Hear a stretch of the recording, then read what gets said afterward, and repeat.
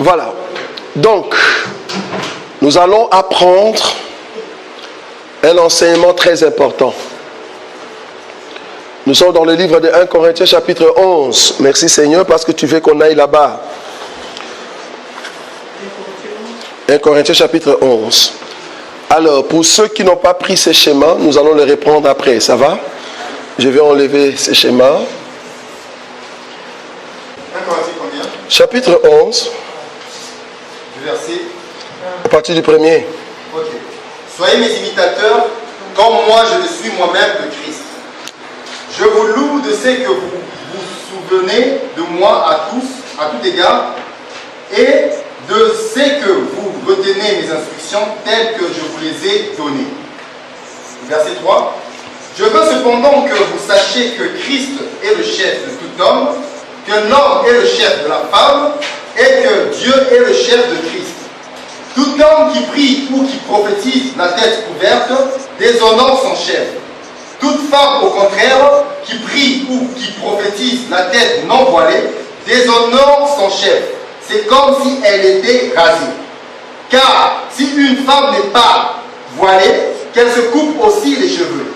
Or, s'il est honteux pour une femme d'avoir les cheveux coupés ou d'être rasée, qu'elle se voile. L'homme ne doit pas se couvrir la tête, puisqu'il est l'image et la gloire de Dieu, tandis que la femme est la gloire de l'homme.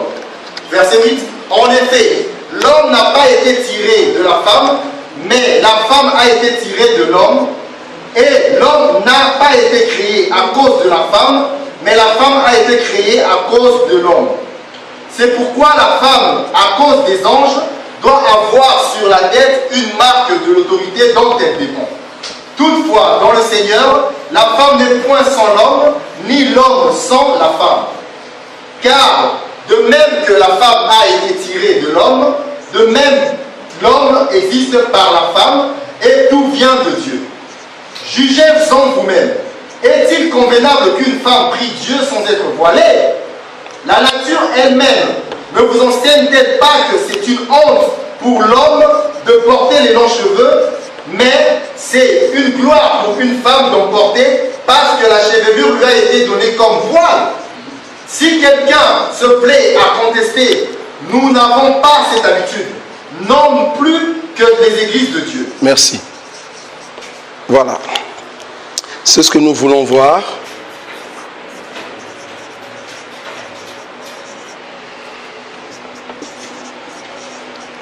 Voilà l'enseignement sur le voile. Ok. Si vous avez compris la lecture, selon ce qui est écrit dans le livre de 1 Corinthiens chapitre 11, on va d'abord commencer par l'hiérarchie, c'est ce qu'on a vu la fois passée. Mais en ce qui concerne l'enseignement sur le voile, il est bien dit. Je crois le verset 3 ou 4, on peut répéter cela. Le verset 3. Oui. Allons-y. Je veux cependant que vous sachiez que Christ est le chef de tout homme, que l'homme est le chef de la femme, et que Dieu est le chef de Christ. 4. Tout homme qui prie ou qui prophétise, la tête couverte, déshonore son chef. Merci. Vous avez déjà vu ça. C'est-à-dire tout homme qui prie ou qui prophétise, en d'autres termes, qui prêche ou qui donne la prophétie comme étant don. Et si cette personne couvre sa tête, l'homme déshonore son chef, qui n'est rien d'autre que Christ. Ça va? Pourquoi? Parce qu'il est dit que l'homme est la gloire de Dieu. Mais quel homme? L'homme sans chapeau. L'homme sans voile sur la tête. C'est-à-dire l'homme entier comme on le voit. Cet homme qui s'approche de Dieu, homme naturel, sans tes grades de généraux, sans ton argent, sans ta voiture, sans tout ce que tu es. Quand tu te présentes simplement devant le Seigneur, tu es la gloire de Dieu. Bien que tu aies une gloire à la maison, c'est-à-dire tu peux avoir l'argent, tu peux avoir de biens, tu peux être président de la République, mais quand tu te présentes devant le Seigneur, il faut enlever ta présidence, tu enlèves ta gloire, tu te présentes comme un homme normal. Est-ce que vous voyez ça? Toute la gloire est restée à la maison. Là, je suis un homme normal. Je ne couvre pas ma tête. Dieu me considère comme sa gloire. Ça va. Maintenant, on dit la femme. La femme, c'est la gloire de l'homme. Mais quelle femme? C'est cette femme qui a ses cheveux sur la tête. De la manière que Dieu a créé Ève, avec ses cheveux, cette gloire que Dieu a mise sur Ève, la Bible dit Ève entière, c'est la gloire de l'homme. C'est-à-dire quand on regarde une femme avec ses cheveux sur la tête, avec tout ce qu'elle a, c'est une gloire pour l'homme. Quand Dieu te voit, quand tu marches en route ou tu vas quelque part, tu es la gloire d'un homme. Très important. Mais il y a une écriture en bas. D'abord le verset 13. On va lire le verset 13. Le verset 13, 14, 15. C'est là-bas qu'on va lire. Pourquoi 13. 13, 14 et 15. Ok. Maintenant donc. Non, 13. Jugez en vous-même. C'est ça, non? Oui. Voilà. C'est une version peut-être. Okay. Voilà. Voilà, c'est bon. 13. Jugez en vous-même. Oui. Est-il convenable qu'une femme prie Dieu sans être voilée? C'est une question. Oui. On est en train de poser la question. Jugez-en vous-même. Est-il convenable à une femme de prier sans être voilée? Nous sommes d'accord que quand on parle du voile ici, vous allez voir en bas. Parce que l'écriture qui dérange, je crois que c'est l'écriture 15. On arrive là-bas. Mais le verset 15 nous dit, est-il convenable à une femme de prier Dieu sans se voiler? Si vous remontez au-dessus, Paul a bien fait la différence entre cheveux et voile. Ce n'est pas la même chose. Parce que d'autres disent, mais non, le cheveu c'est déjà le voile. Mais là, pourquoi il va poser cette question? C'est comme si tu voulais nous dire, est-ce qu'il est convenable qu'une femme prie Dieu sans les cheveux? Non, ce n'est pas ce que Paul voulait dire. Paul veut dire que tu as le cheveu, mais tu dois le couvrir. Vous allez comprendre pourquoi. Tu dois couvrir ses cheveux. Donc tu dois te voiler quand tu te présentes dans la présence de Dieu. Ça va? Le verset 14. Remarquez là où beaucoup tombent. C'est les 14 et 15. Nous allons lire ça. La nature elle-même ne vous enseigne-t-elle pas? Attends frère. La nature elle-même ne vous enseigne-t-elle pas? C'est-à-dire Paul était à l'église, il enseigne que la femme doit porter le voile. Maintenant il va plutôt dans la nature. Est-ce que vous voyez? Ici 14, Paul est dans la nature. Qu'est-ce qu'il dit dans la nature? Est-ce que la nature ne vous enseigne-t-elle pas? Donc tout ce qu'il va dire en bas, il est dans la nature. Est-ce que vous voyez, c'est là? Qu'est-ce qu'il dit maintenant dans la nature?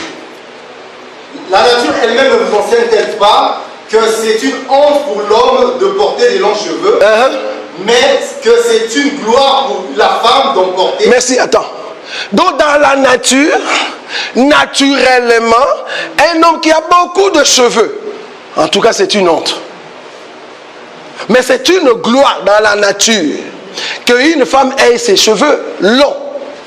Donc les cheveux longs de la femme naturellement, c'est une gloire pour l'homme, mais le cheveu en soi, rien que le cheveu, c'est la gloire pour la femme. C'est ce qu'il est dit là-bas. On peut le relire. 14. La nature elle-même ne vous enseigne-t-elle pas que c'est une honte pour l'homme de porter des longs cheveux? Oui. Mais est-ce que c'est une gloire pour la femme d'en porter? Merci, attends. On est là, frère. Ça nous passe. Kim. Donc, chevelure longue, la chevelure longue, c'est une gloire pour la femme. Donc, une femme qui a de longs cheveux, c'est la gloire que Dieu lui a donnée. Vous êtes d'accord avec moi? Mais cette femme, avec sa gloire sur la tête, comme Dieu l'a créée, la femme entière, c'est la gloire pour l'homme. Je répète, les chevelures longues, c'est la gloire que Dieu a mis sur la femme. Donc quand la femme a des cheveux, c'est pour ça que tu vois la femme, quand elle est aux toilettes, elle prend tout son temps pour embellir ses cheveux. Parce que c'est sa gloire. Ce n'est pas un péché d'embellir cela. Donc, plus tu as les cheveux sous la tête, tu possèdes une gloire. Maintenant, femme, plus la gloire qu'on appelle chevelure, l'ensemble de deux, c'est la gloire de l'homme. Je ne sais pas si vous voyez ce que je dis. Amen. Ok. Maintenant, femme plus l'homme, ils font un. Quand ils se présentent devant Dieu, ils doivent être simples, sans gloire. Vous n'avez pas encore vu. Parce que l'homme doit se présenter devant Dieu sans sa gloire. Pourquoi? Parce que Dieu a créé l'homme entier comme étant sa gloire. Si tu rajoutes une autre gloire, ça devient gloire sur gloire. Qu'est-ce que je veux dire? Une femme qui se présente devant Dieu pour montrer à Dieu sa gloire que Dieu lui a donnée, tu es en train de pécher. Apocalypse. Apocalypse, chapitre, je crois, là où on parle de l'évangile éternel. 16, 14. 16, 14. Nous allons lire cette écriture. Remarquez. 16, le verset. Non, c'est pas ça. Cherchez-moi évangile éternel. Comment? 14, 6. C'est ça? Vous êtes sûr? 14, 6. Ok. Voilà. J'ai vu un autre ange qui volait au milieu du ciel. Il avait un évangile éternel pour l'annoncer aux habitants de la terre, à toute nation, à toute tribu, à toute langue et à tout peuple. 7. Il disait d'une voix forte, craignez Dieu et donnez-lui quoi? Craignez Dieu et donnez-lui gloire, car l'heure de son jugement est venue. C'est quoi donner gloire à Dieu? Moi, Dieu m'a créé comme ça. Quand je m'approche de Dieu, la Bible ici dans 1 Corinthiens 11 me dit, la manière que je me présente auprès de Dieu, simple, je suis la gloire de Dieu. Donc je donne gloire à Dieu. Est-ce que vous voyez ça? Parce que je suis simple. Donc moi entier comme ça, je suis la gloire de Dieu. Mais la femme, avec ses chevelures, avec sa gloire. Donc c'est comme si moi je me présentais à Dieu avec ma poste de président. Ça dit, je viens, bon, Jésus, tu vois, bon, en réalité, tu es Seigneur, mais on m'a mis comme président du Congo. Donc, je ne saurais pas m'agenouiller devant toi. Regarde, quand même, j'ai des gardes-corps. Donc, je veux prier quand même un peu modéré. Donc là, je suis en train de prier avec ma gloire. Je ne sais pas si vous voyez ce que j'ai dit. Mais il faut que j'enlève ma présidence. Il faut que j'enlève ma gloire pour que je sois la gloire de Dieu. Alors là, Dieu me considère parce que je n'ai pas ma gloire à moi, mais je suis la gloire de Dieu. Maintenant, une femme, Dieu lui a donné déjà une gloire. Qui est quoi? Sa chevelure. Maintenant, quand tu te présentes à Dieu, tu lui montres ta gloire, ce n'est pas bon. Parce qu'on doit donner gloire à Dieu. Or, pour donner gloire à Dieu, je couvre ma gloire. Amen. Je ne sais pas si vous avez vu. Amen. Dieu a déjà dit dans la parole, tes cheveux à toi, c'est une gloire. Maintenant, quand tu te présentes à Dieu, tu ne peux pas lui montrer ta gloire. Tu dois cacher ta gloire. Parce que pour donner gloire à Dieu, ma gloire à moi, je la cache. Je ne sais pas si vous avez vu. Donc pour cacher ma gloire, quand je prie Dieu, je couvre ma tête. Maintenant, l'erreur, c'est le verset 15, que beaucoup n'ont pas très bien compris. Ça, c'est dans la nature. Dans la nature, le cheveu t'est donné comme gloire. Comme voile. Ça va? Comme voile. Maintenant, quand je m'approche, parce que c'est le voile en question dans la nature, mais qui est une gloire. Maintenant, quand je m'approche de Dieu, quand je prie le Seigneur, il faut que je couvre ma tête. Où est-ce que nous voyons ces choses? Parce qu'il faut comprendre que ce que Dieu dit aujourd'hui, il avait déjà dit ou il avait déjà fait avant. Remarquez. Il est dit que Aaron, c'est lui qui sera le cuisinier de Dieu. Ça, vous savez, non? Que c'était Aaron qui préparait le sacrifice, tout ça. Qui dit sacrifice, c'est-à-dire c'est lui qui était à la cuisine. Donc, Aaron, dans la révélation, c'était une femme. Dieu a dit, comme Aaron va faire les services de sacrifice, c'est lui qui va déchirer l'animal. Donc, Aaron ne peut pas entrer dans ma présence avec ses cheveux. Parce que c'est une femme. Quand il entre dans ma présence, il doit toujours couvrir sa tête. Donc nous voyons, Parce que si on te posait la question, pourquoi Aaron avait toujours le voile sur la tête? C'est un homme. Non, Dieu ne voyait pas Aaron comme étant un homme. Dieu voyait Aaron comme une femme. C'est-à-dire une femme qui doit couvrir sa tête quand elle est auprès de son mari. Ok, allons dans la nature. Je ne sais pas si vous savez que ceux qui travaillent dans des restaurants, il est interdit de travailler dans un restaurant si vous n'avez pas de chapeau sur la tête. Pourquoi? Qui peut me donner la réponse? Peut-être vous travaillez dans des restaurations. Pourquoi on vous exige de mettre le chapeau sur la tête? Le cheveu, ça va entrer. Alors ce sont tes cheveux à toi. Ça peut être quand même une gloire que les gens mangent mes cheveux. Ça tombe quand même sur le plat du ministre, il y a mon cheveu là-dedans. Mais ce n'est pas ce qu'on veut, les chefs, c'est-à-dire le dirigeant. Ils veulent que tes cheveux à toi, tu le caches. C'est ça qui montre ta soumission. Ah, ok. Donc tu es une personne qui prépare la nourriture, mais tu es soumise. Vous voyez? Donc en mettant en fait le voile sur la tête, cela prouve que tu es propre et que tu es soumise. Vous voyez? Donc Dieu a voulu que Aaron ait le tiare, le bonnet sur la tête, parce que Dieu voyait Aaron comme étant une femme qui prépare sa nourriture. Donc Aaron doit avoir le voile sur la tête. Ici maintenant Paul va répéter la même chose, mais dans la doctrine, pas dans la révélation. Il dit que la femme, comme Dieu l'a créée, a une gloire sur sa tête. Donc elle ne peut pas se présenter devant Dieu avec sa gloire. De la même manière, un homme qui a l'argent ne peut pas venir devant Dieu avec la gloire de son argent. Tu dois t'humilier devant le Seigneur, parce que tout homme devant Dieu, nous sommes égaux. Vous voyez? Donc il n'y a pas un riche, il n'y a pas un pauvre. Nous tous, nous allons nous humilier devant Dieu. Notre argent, nos or, nos maisons sont restés derrière. Nous allons nous présenter simplement.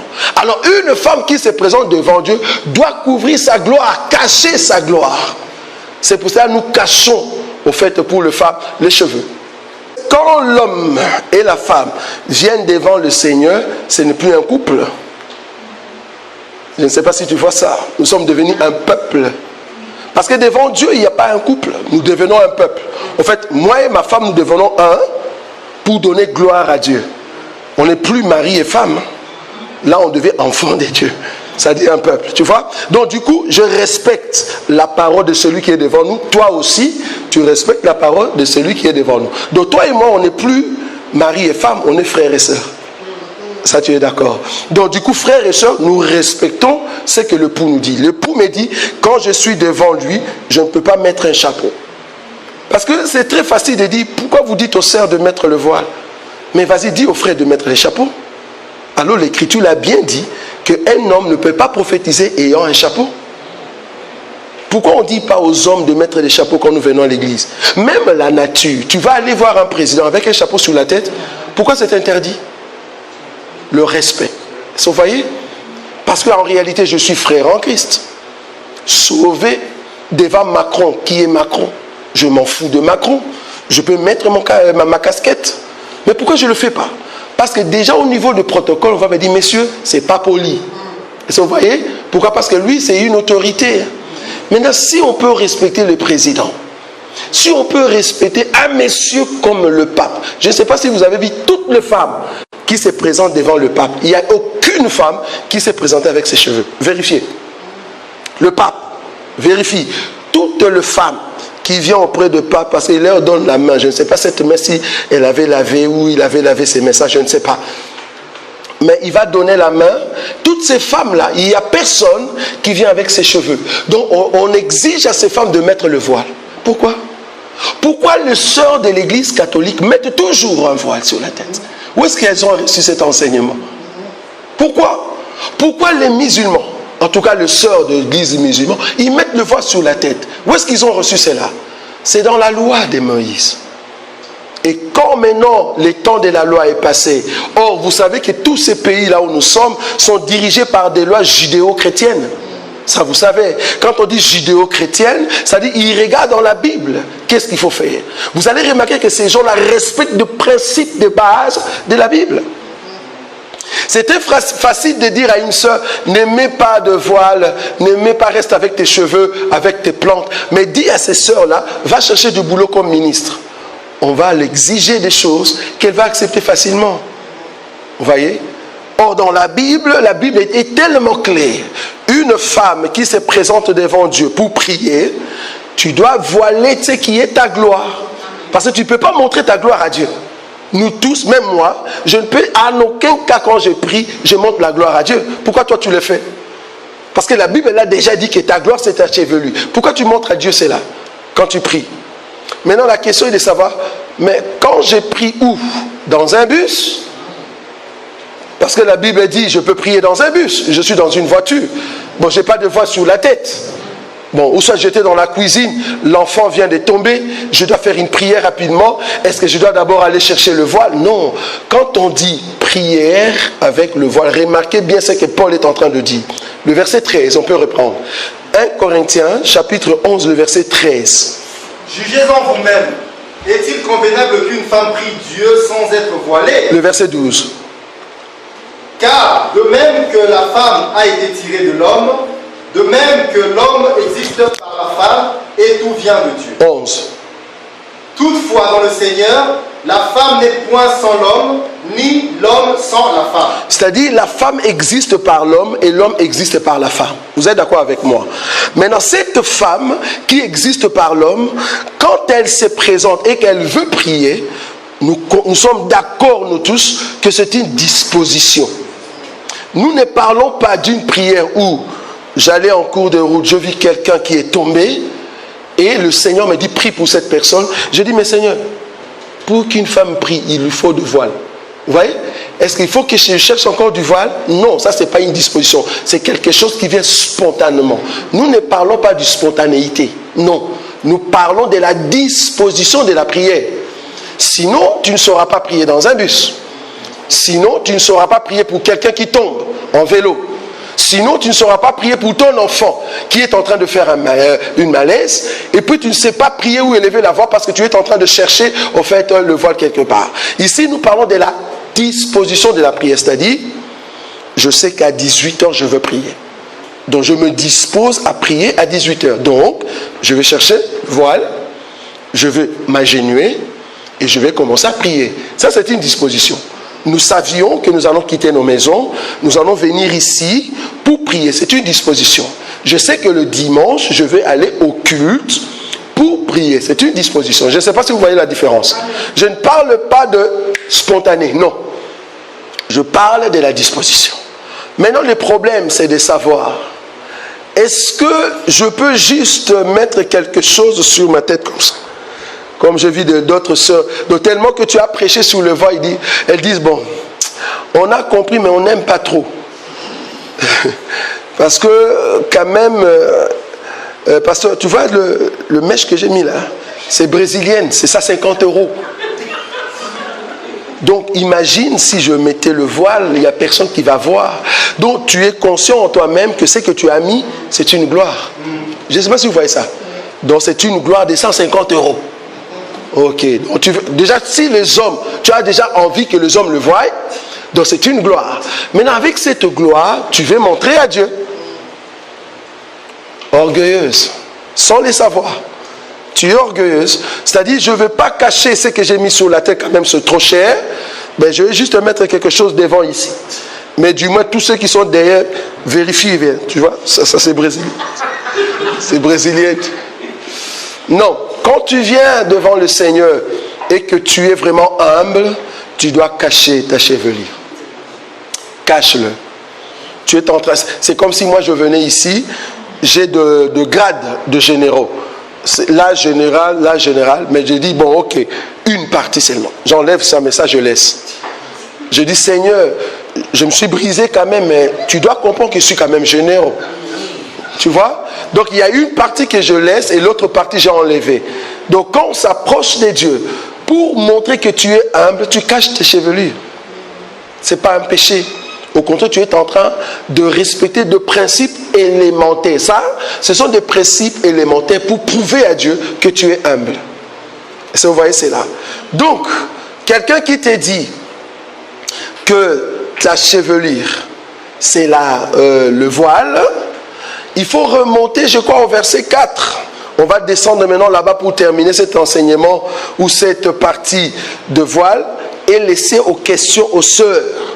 Parce que je ne veux pas que tu sois amené à une pensée où on te dit, mets-le obligatoirement. Non, nous ne sommes pas cette assemblée-là. Nous sommes une assemblée où tu as compris pourquoi tu es en train de le mettre. Si tu n'es pas encore convaincu, ne le mets pas, s'il te plaît. Ne le mets pas. Mais si tu es convaincu par la parole de Dieu, que tu es une femme humble et tu veux que le Seigneur puisse te briser davantage, mets-le. Mais si tu n'es pas convaincu, en tout cas, je ne veux pas exiger. Nous n'exigeons pas. L'enseignement, ce n'est pas pour exiger les gens. L'enseignement, c'est pour convaincre. C'est-à-dire, quand tu as la parole de Dieu, c'est le Saint-Esprit qui va te convaincre que ce qu'ils ont dit, c'est vrai.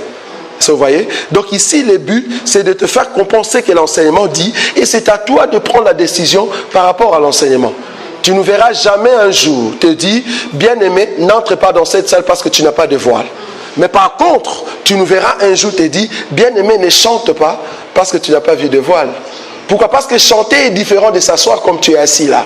Chanter, c'est un service. Or, tous ceux qui font le service, ce sont des personnes qui sont censées avoir l'enseignement. Parce que vous êtes des modèles. Vous voyez, nous pouvons empêcher une personne qui est mal habillée de ne pas chanter. Mais nous ne pouvons pas empêcher une personne qui a des pantalons déchirés de s'asseoir là-bas. Nous allons dire à la personne, assieds-toi comme si on n'a pas vu. Mais quand on tourne, on balance à fond. Le jour prochain, tu ne viendras plus avec ton jeans là déchiré. Vous voyez? On ne va même pas te regarder parce qu'il va dire, le pasteur prêchait, il me regarde. Non, je je vais aller là-bas. Alors que là-bas, c'est bien habillé, mais je dis là-bas. Je frappe là-bas alors que c'est vraiment de l'autre côté, quoi. Vous voyez?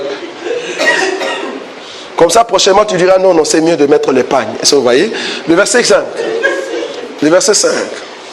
Toute femme, au contraire, qui prie ou qui prophétise, la tête non voilée, oui, honore son chef, descend. C'est comme si elle était rasée. Attends. C'est comme si elle était rasée. Donc c'est une femme qui est en train de prier, elle ne s'est pas voilée. La Bible dit, c'est comme si elle était rasée. Parce qu'au temps de Paul, les femmes qui avaient des cheveux rasés, c'est-à-dire sans cheveux, c'était une honte. Mais aujourd'hui, non. Aujourd'hui, tout le monde veut suivre Cindy. Pourquoi? Parce que c'est la mode d'avoir les cheveux coupés. Mais au temps de Paul, c'était une honte. Ça va? C'était une honte de ne pas avoir le cheveu. Mais aujourd'hui, tu peux couper le cheveu, ce n'est pas un problème. Mais ce n'est pas ce que Paul est en train de dire. Nous continuons. Voilà. Verset 6. Oui. Car si une femme n'est pas voilée, oui, qu'elle se coupe aussi les cheveux. Ah, attends. Car si une femme n'est pas voilée, qu'elle se coupe aussi le cheveu. Oh, attends. Si vous dites que le cheveu, c'est ça le voile, ce n'est pas juste ici. Car si une femme ne veut pas se voiler, qu'elle coupe aussi les cheveux. C'est-à-dire, j'ai le voile et le cheveu. Si je ne veux pas mettre le voile sur mes cheveux, alors Paul me dit, enlève les cheveux. Donc il y a les cheveux et le voile. Vous voyez ça ou pas? Dans cette écriture. Donc il y a les cheveux et le voile. C'est deux choses. Si tu ne veux pas mettre le voile sur ta tête, Paul te dit, alors, coupe tes cheveux. Comme ça, ça sera la honte. Ça, c'était le temps de Paul. On continue, le verset 7. 7. L'homme ne doit pas... c'était 6. Jean prend notre version. Ah non, continue un peu la version. La même version? Oui. Ouais, nous étions au verset 6 et 4. Oui, oui. Car si une femme n'est pas voilée, qu'elle se coupe aussi les cheveux. Oui. Or, s'il est honteux pour une femme d'avoir les cheveux coupés, oui, ou d'être rasée, qu'elle se voile. Attends. Si c'est une honte pour une femme d'avoir les cheveux coupés, alors voile-toi.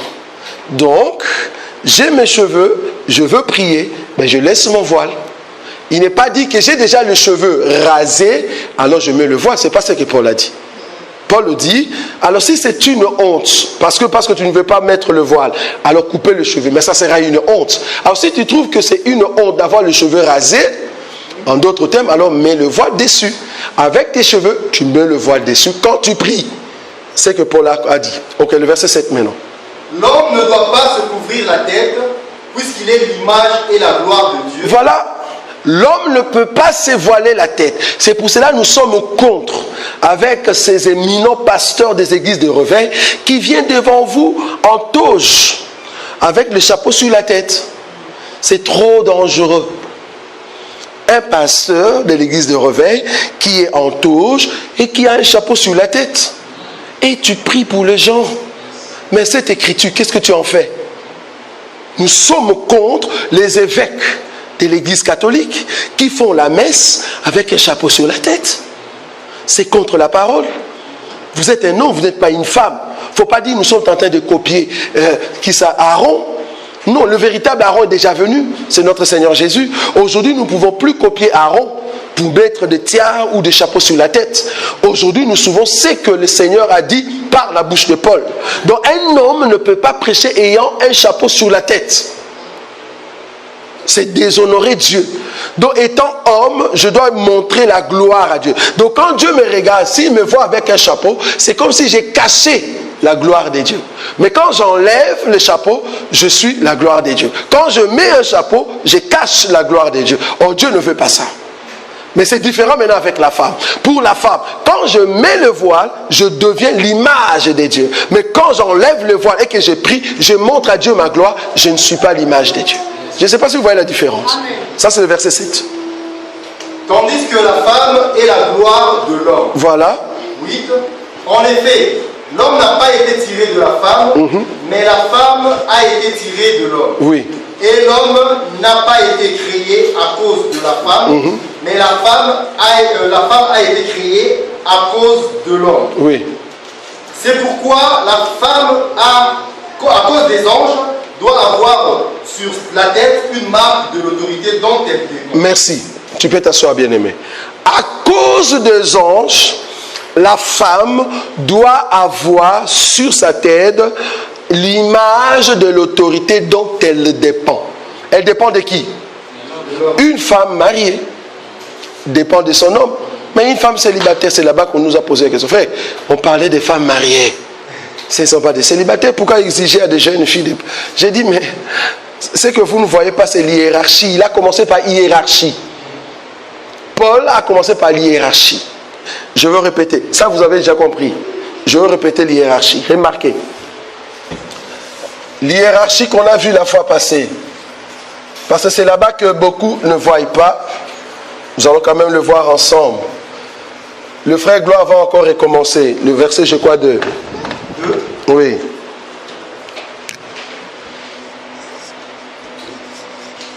Je vous loue de ce que vous vous souvenez de moi à tout égard. Oui. Et de ce que vous retenez mes instructions telles que je vous les ai données. 3. Je veux cependant que vous sachiez que Christ est le chef de tout homme, que l'homme est le chef de la femme et que Dieu est le chef de Christ. Tout homme qui prie ou qui prophétise la tête couverte déshonore son chef. Toute femme, au contraire, qui prie ou qui prophétise la tête non voilée déshonore son chef. C'est comme si elle était rasée. Car si une femme n'est pas voilée, qu'elle se coupe aussi les cheveux. Or, s'il est honteux pour une femme d'avoir les cheveux coupés ou d'être rasée, qu'elle se voile. L'homme ne doit pas se couvrir la tête, puisqu'il est l'image et la gloire de Dieu, tandis que la femme est la gloire de l'homme. En effet, l'homme n'a pas été tiré de la femme, mais la femme a été tirée de l'homme. Et l'homme n'a pas été créé à cause de la femme, mais la femme a été créée à cause de l'homme. C'est pourquoi la femme, à cause des anges, doit avoir sur la tête une marque de l'autorité dont elle dépend. Toutefois, dans le Seigneur, la femme n'est point sans l'homme, ni l'homme sans la femme. Car, de même que la femme a été tirée de l'homme, de même l'homme existe par la femme, et tout vient de Dieu. Jugez-en vous-même. Est-il convenable qu'une femme prie Dieu sans être voilée? La nature elle-même ne vous enseigne-t-elle pas que c'est une honte pour l'homme de porter des longs cheveux, mais c'est une gloire pour la femme d'en porter parce que la chevelure lui a été donnée comme voile? Si quelqu'un se plaît à contester, nous n'avons pas cette habitude, non plus que les églises de Dieu. Merci. Dernière écriture. Si quelqu'un se plaint de cela, nous n'avons pas cette habitude, ni l'église de Dieu, dans d'autres écritures, ni les églises de saints. Si Paul termine son discours en disant, si quelqu'un se plaint, mais est-ce que si on dit aux femmes, femmes, ne mettez pas le voile, laissez vos cheveux comme ça, qui va se plaindre? C'est parce que ce que Paul a dit au-dessus diffère de ce qu'on nous dit aujourd'hui de laisser les femmes avec leurs cheveux quand elles prient. Pourquoi on va se plaindre? Parce que c'est normal, une femme qui vient avec ses cheveux, on ne va pas se plaindre. Mais si Paul a rajouté cela, c'est parce que les gens vont se plaindre. Comment est-ce que ma femme peut venir avec un voile sur la tête quand elle prie? Tu vas te plaindre? Je ne sais pas si vous voyez là où je suis.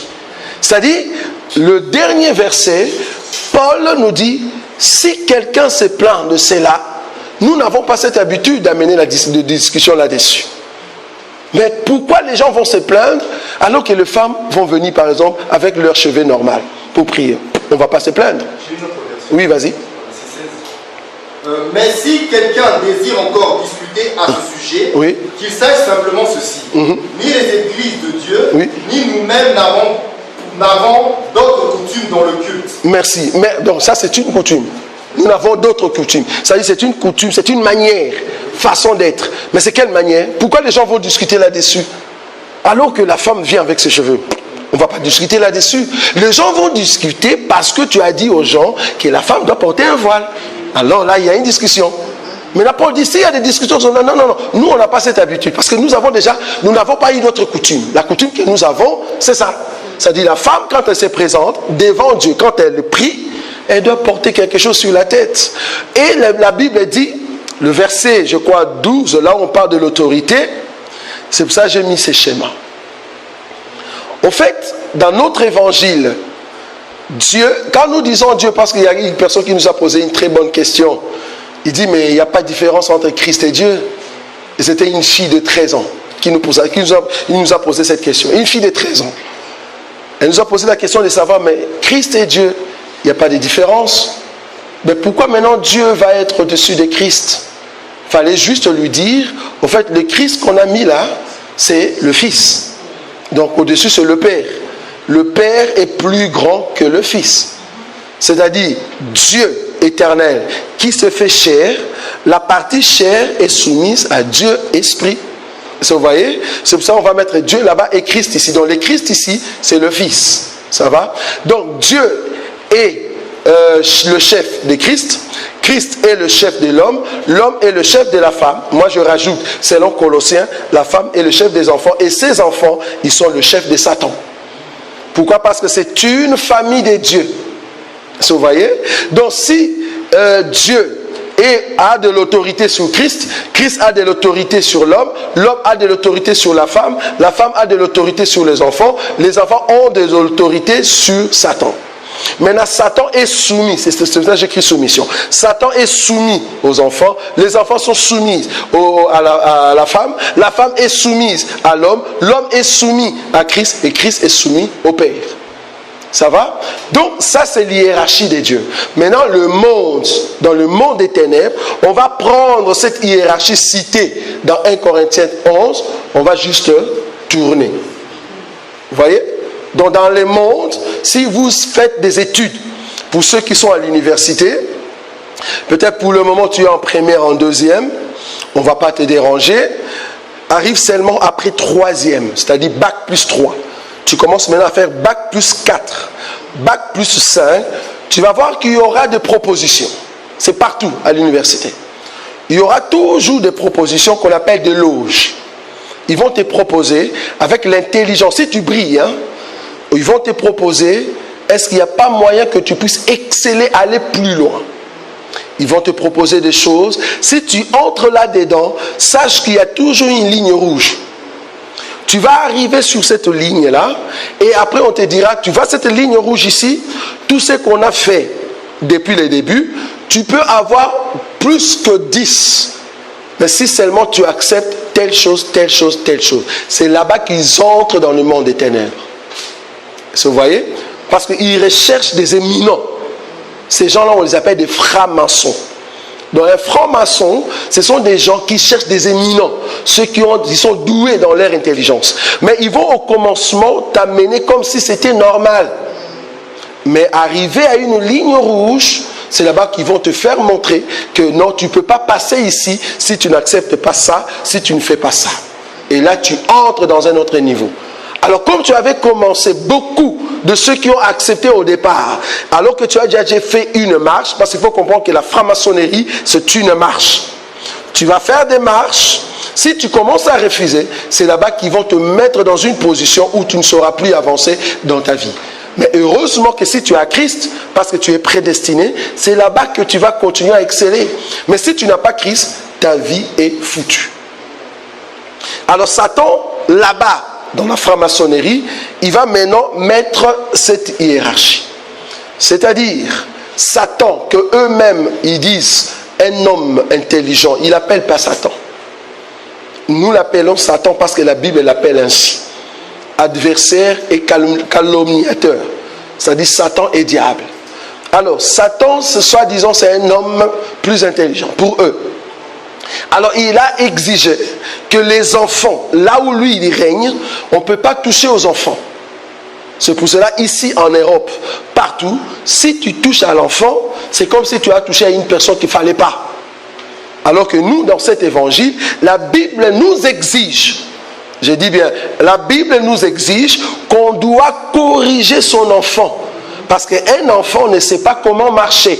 Tu peux aller devant l'autoroute, tu laisses l'enfant seul, tellement qu'ils n'ont pas de conscience, il peut traverser. Il ne sait pas qu'il y a des voitures. Je ne sais pas si vous voyez là autre chose. Alors la Bible dit, il faut que cet enfant soit corrigé. Pour que la correction remette l'enfant dans son état. Mais Satan va te dire, non, non, non. Il ne faut pas corriger l'enfant, ce n'est pas à toi de corriger. Si tu corriges et que l'enfant appelle la police, c'est toi qui as un problème. Donc l'enfant est plus que la femme. La maman ne peut pas taper son enfant, sinon on viendra prendre l'enfant, on va le placer. Et tu restes sans enfant. L'homme ne peut pas taper sa femme. Quand je dis taper ici, ce n'est pas vraiment tabasser, c'est-à-dire corriger. Donc la femme qui est animée des mauvais esprits peut aller auprès de la police et dire, je souffre. Je suis une femme battue. On me bat tout le temps, même si on ne le bat pas. Parce qu'elle a besoin qu'elle puisse trouver un logement, tu vois. Donc elle peut mentir, soi-disant, on me tape tout le temps. Le policier ou soit le commissaire va entendre la voix de la femme plus que la voix de l'homme. L'homme est considéré plus que la femme. C'est l'hiérarchie satanique. Et à cet homme, quand cet homme est à l'université, on lui dit, Jésus n'existe pas.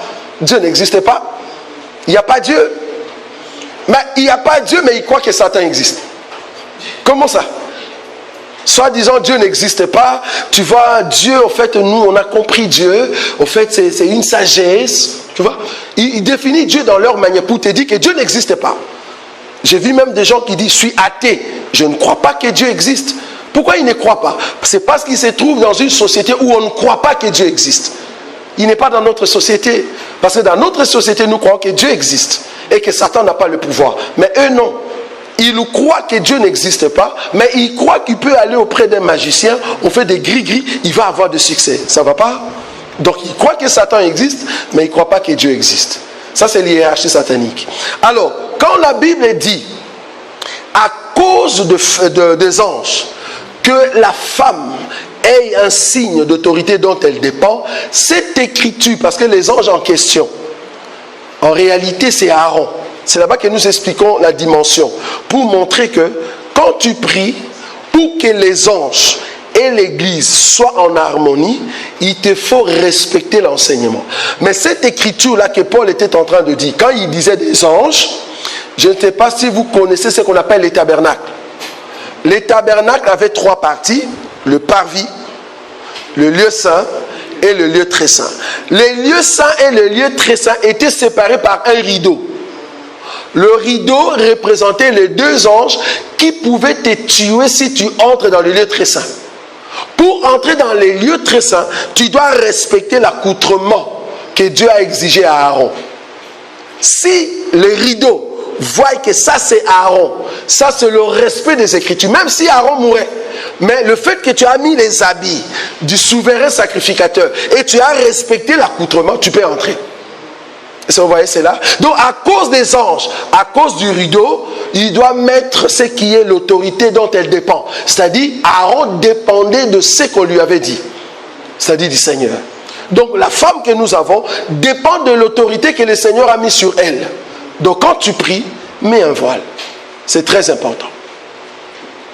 Amen. Amen. Qui n'a pas compris cet enseignement? Ou qui a une question?